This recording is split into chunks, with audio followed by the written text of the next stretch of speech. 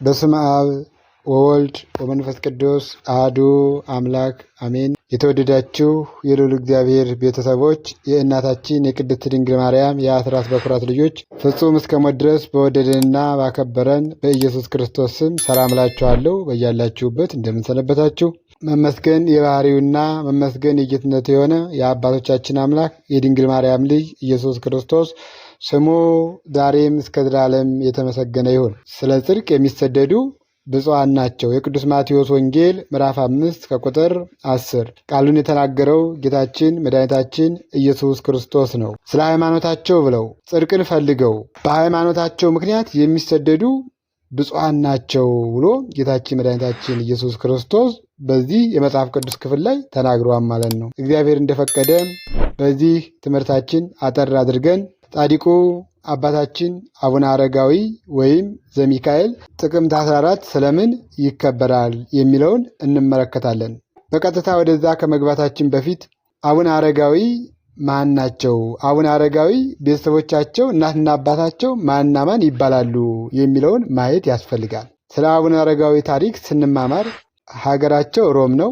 ስለ ጽድቅ ተሰደው ከመጡት ከተሳቱ ቅዱሳን ወይም ከ9 ቅዱሳን አንዱ ናቸው ማለት ነው። አባታቸው ይስሐቅ ይባላል። እርሱም በወቅቱ ሮምን ያስተዳድር ሮምን ይገዛ የነበረ ታላቅ ንጉሥ እንደነበረ መጽሐፍት ያስረዱናል። እናታቸውም ንግሥት ዕድና ትባላለች። አቡነ አረጋዊ የመጀመሪያ ስማቸው ዘሚካኤል በመባል ይታወቃል ማለት ነው። ጻድቁ አባታችን አቡነ አረጋዊ ዓለማዊ ጥበብንና መንፈሳዊ ትምህርትን ከእናት አባቱ ቤት ሆኖ እየተማረ በጥበብ ተኮትኩቶ በሀብተ መንፈስ ቅዱስ እየተማረ ካደገ በኋላ ቤተሰቦቹ የነገሥታት ወገን የምትሆን አይተው ሊያጋቡት ወደዱ። በዚህ ጊዜ ጻድቁ አባታችን እኔ የእግዚአብሔር ባሪያ፣ የእግዚአብሔር አገልጋይ፣ የእግዚአብሔር ሙሽራ ነኝ እንጂ የዚህ ዓለም ሙሽራ መሆን አልፈልግም ብሎ ከእናትና አባቱ ተነጥሎ ወደ እስክንድርያ ገዳም ሂዷል።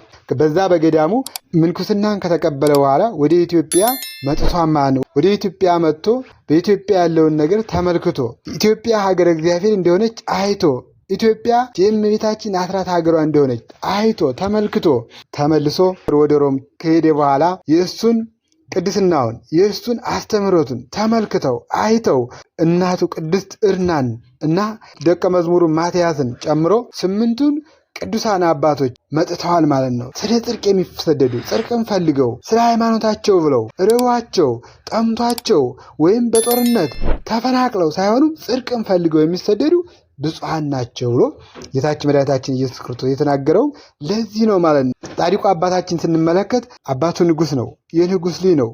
በቤቱ ሁሉም ነገር ሞልቷል።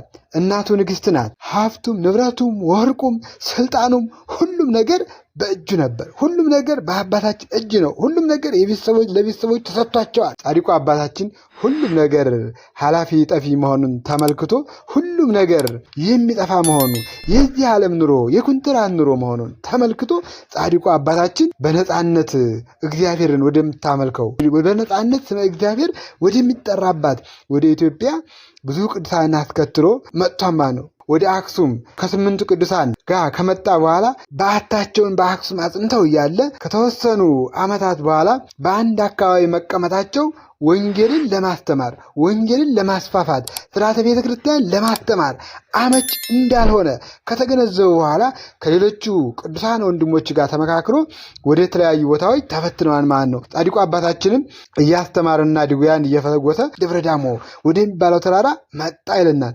ጻድቁ አባታችን አቡነ አረጋዊ ወደ ተራራው መውጣት ፈልግ ነበር። ነገር ግን ይህን ተራራ እንዴት ልወጣው እችላለሁ? ይህን ተራራስ ማን ሊያወጣኝ ይችላል? እግዚአብሔር ካልረዳኝ፣ እግዚአብሔር ካልደገፈኝ እንዴት ወደ ተራራው ልወጣ እችላለሁ እያለ ሲያስብ አምላካችን ልዑል እግዚአብሔር የልቦናውን ምኞት የልቦናውን ፍላጎት ተመልክቶ ከደብረ ዳሞ ተራራ ላይ ታላቅ ዘንዶ ከአፋፉ ብቅ ብሎ ጅራቱን ወደታች እንዲልክለትና ወደ ተራራው እንዲያወጣው ታላቅ ዘንዶን አዞለታል ማለት ነው። ዘንዶውም እንዳይጣላው የመላእክት አለቃ ቅዱስ ሚካኤል ሰይፍን ይዞ ይጠብቀው ነበር። በዛ በዘንዶው ጅራት ተጠምጥመው ጻድቁ አባታችን ወጥቷል ማለት ነው። ብዙ የቅድስና ስራዎችን ሰርቷል ማለት ነው። ለጻድቁ አባታችን ልዑል እግዚአብሔር ለአባታችን ተገልጾ የአባትና የእናትህ ንብረት የአባትና የእናት ስልጣን፣ የአባትና የእናት ገንዘብ ሳያጓጓ ምድራዊ መንግስትን ስትተህ ስላገለገልኸኝ ህልፈትና ሽረት የሌለባት ሰማያዊ መንግስትን አወርሳለሁ ብሎ ቃል ኪዳንን ለጻድቁ አባታችን ሰጥቶታል ማለት ነው። መታሰቢያህን ያደረገ በጸሎትህም የተማመነ ሁሉ እኔ በመላእክት ፊት ሞገስን ባለሟልነትን እሰጠዋለሁ። በስምህ በተሰራው ቤተ መቅደስ ውስጥ የጸለየ የለመነ ፈጥኜ ጸሎቱን እሰማዋለሁ። ቤተ ክርስቲያንን ለሠራ 12 የብርሃን አዳራሽ አዘጋጅለታለሁ። የገድልህን መጽሐፍ በመታመን በንጽሕና አድርጎ በቤቱ ያስቀመጠ የወረርሽኝ በሽታ ወይም ቸነፈር በቤቱ አይገባም። መልአከ ሞት ሊያስደነግጠውም አይችልም። እንደነ ኤልያስ እንደነ ሄኖክ አንተንም ምድራዊ ሞትን እስከ ዳግም ምጽአት ድረስ አትቀምስም፣ ወደ ሰማይ ታርጋለህ ብሎ ለአባታችን ለጻድቁ ቃል ኪዳን ሰጥቶታል ማለት ነው። በመዝሙር 112 ከቁጥር 6 ላይ የጻድቅ መታሰቢያ ለዘላለም ይኖራል ተብሎ እንደተጻፈው ጌታም እስከ 15 ትውልድ ድረስ ስምን እየጠሩ መታሰቢያን እያደረጉ ለሚኖሩ እስከ 15 ትውልድ እምርልሃለሁ ብሎ ቃል ኪዳን ገብቶለታል ማለት ነው። ይህን ቃል ኪዳን ከተቀበለ በኋላ በ99 ዓመቱ ጥቅምት 14 ቀን ተሰውሯል ማለት ነውና ጥቅምት 14 ቀን የጻድቁ አባታችን የአቡነ አረጋዊ ዓመታዊ በዓሉን የምናከብርበት ምክንያት በ99 ዓመቱ ጥቅምት 14 ቀን የተሰወረበት ዕለት ስለሆነ እናከብራለን ማለት ነው። የአባታችን ረድኤት በረከት እንዲያድርብን የአምላካችን እግዚአብሔር ቅዱስ ፈቃድ ይሁንልን። ይቆያል።